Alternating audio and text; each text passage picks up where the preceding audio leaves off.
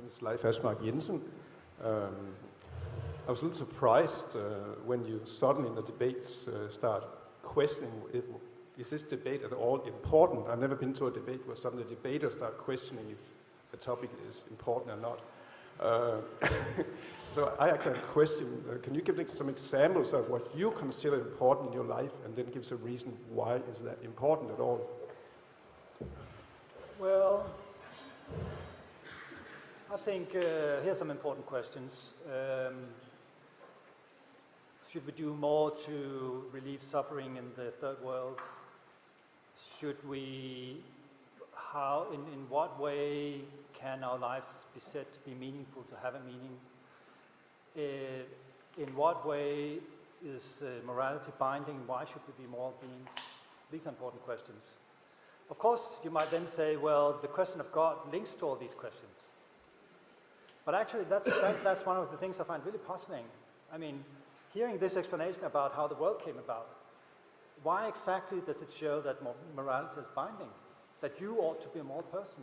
I mean, you hear this story about how the universe was created 6 billion years ago by a bodiless mind that created an active will. Why does that show that you ought to be a moral being?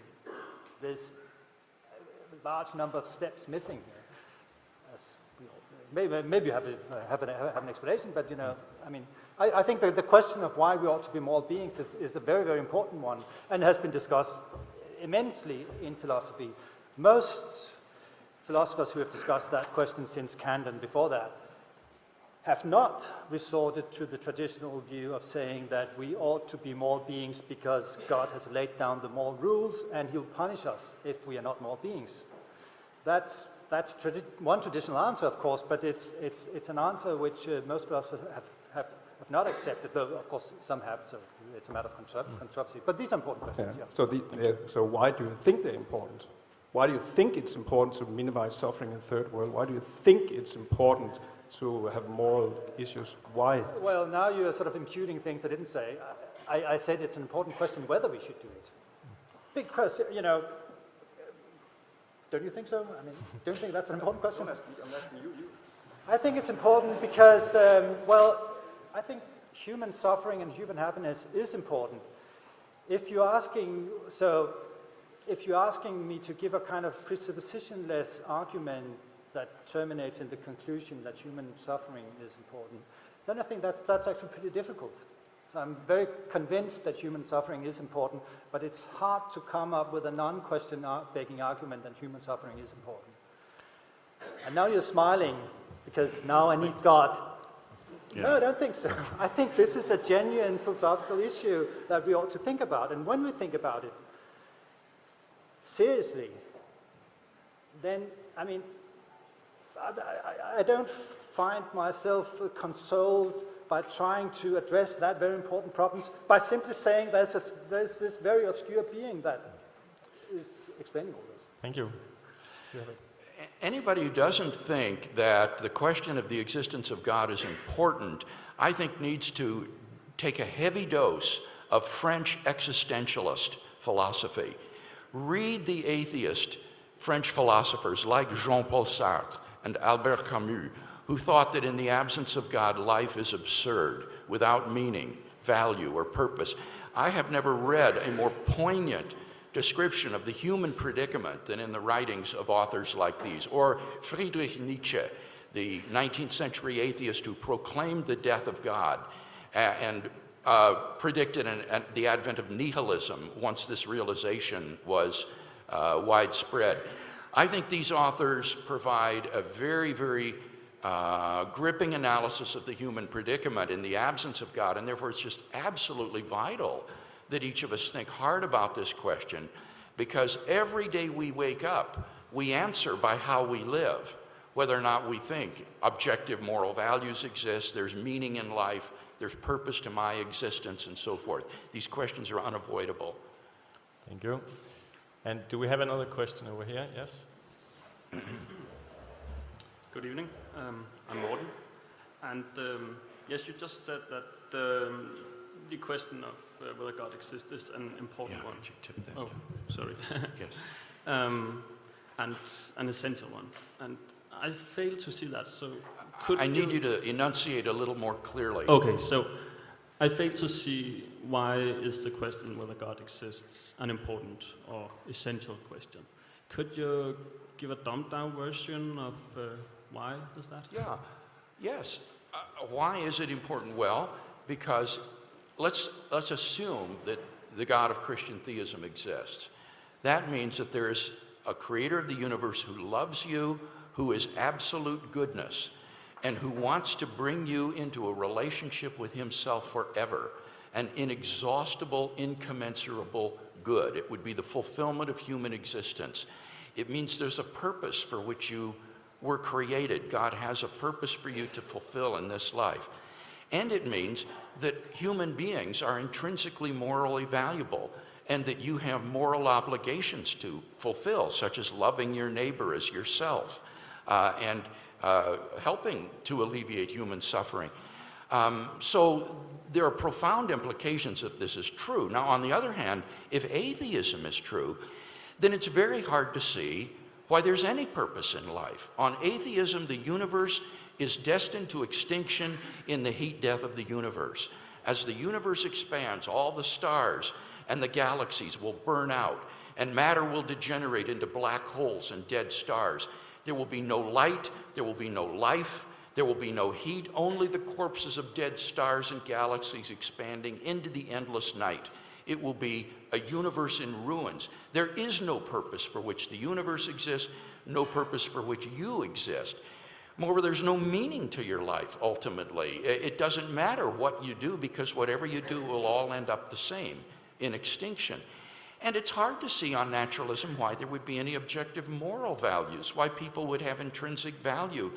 We're just basically relatively advanced primates, which have evolved on this speck of solar dust called planet Earth. And it's hard to see why you would have an obligation to love other primates of your species, or to do them good, or not to act in your self-interest in certain cases. So these lead to just radically different views of how you will live your life, depending on whether or not God exists. Thank you. Can I make a comment? Yes, you can. It's fine with you. Okay, you can make Okay, a short thank comment, you. Yes. Your argument is you're appealing to feelings, right? No, no, goodness well, sake. okay. Can I continue? How is talking about the heat death of the universe and the extinction of the human race So appeal to feelings? That's a scientific fact about how things are going to end up. I believe that. What I meant was that I fail to follow your argument because I think that I should feel a void inside me if God doesn't exist. You should what? Feel a void inside of me. Well, no, that's an appeal to feelings. You're the one appealing to feelings, not me. You should feel a void, and you don't. Sorry? You say you should feel a void, and you apparently don't. I don't, because, what if there's nobody loving me? Well, most of the time I love me, and if I don't, then my family does, and my friends.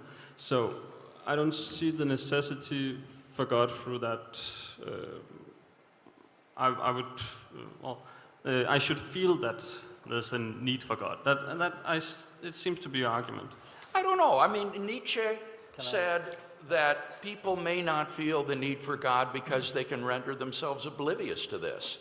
Pascal said the same thing. By occupying ourselves with activities and entertainment, we don't think of the absurdity of life and the meaninglessness that surrounds us. I think it takes serious philosophical reflection on these matters to realize them, and the mass of humanity often don't pause to seriously think about the implications if there is no God, or if there is a God. But they're vastly different, as I think I illustrated. And so whether you feel a void or not is more a matter of your personal psychology than whether or not these worldviews have drastically different implications for human beings. Thank you very much. I'd like to comment on it. I mean, so the question is, why is the question whether God exists important at all? And one view that explains why it's important is if you think that the existence of God explains that there's a meaning to life, that morality exists, objective morality exists, you really ought to be moral, that there's an afterlife and all that. So if you assume a number of things about God, then that will also explain why the question about God is important. That's fine. But then in your comments, Craig, you also said that that it also goes the other way, that if you don't assume that God exists, then you can't explain meaning of life. You can't explain morality, and the whole thing becomes a kind of sort of existentialist nightmare. I don't agree about that at all. I mean, there's a long-standing project in philosophy to explain morality, for one thing. That's probably the primary thing that people have been preoccupied with. Explaining morality without appealing to God. Kant, for example, was a firm believer in God. But he had this very interesting project of explaining morality without appealing to God. And, this is controversial whether Kant succeeds in this, but it's just one of many, many projects. And the sort of brisk idea that without God we can't explain these things, that's just not true. I mean, it's up in the air. Thank you.